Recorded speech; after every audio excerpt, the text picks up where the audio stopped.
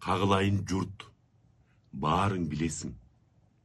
Балаңар Айзаданы ала качып алды эле.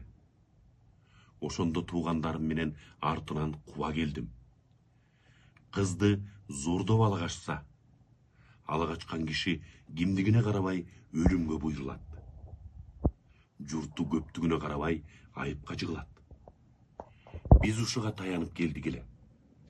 Бирок менин демимди биринчи өзүмдүн кызымдын сөзү муунтту.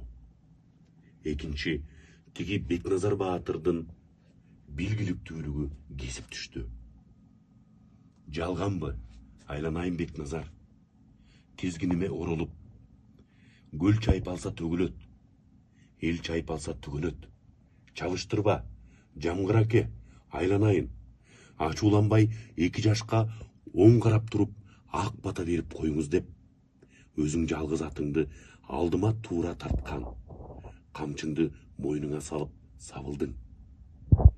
Ушунда көңүлүмдүн кири жуулуп, туугандарымды ээрчитип, жалгызым жаман жерге түшкөн жок деп кубанып аттандым. О айланайын журт, ушинтип Айзадам силерге келин болду эле. Жоо келди, хан чакырды деп, паңсат жигит жыйнады. Өзүң баш болуп Бекназар кошунга кеттиңер. Жазаты ушакта экен, темир кайтпай калды. Жамгыр башын жерге салды. Эми минтип кудам экөөбүз топко түшүп отурабыз. Мага топтун кереги жок. Баатыр, сенин гана бир ооз сөзүң керек. Бар, бара бер.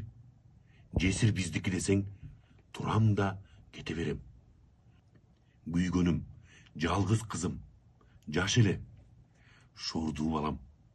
Көңүлүнө отурбаган бирөөгө байланып, кор болуп калабы? Ушуну айтты да Жамгыр шөмтүрөп отуруп калды. Тымтырс. Лам деген киши жок.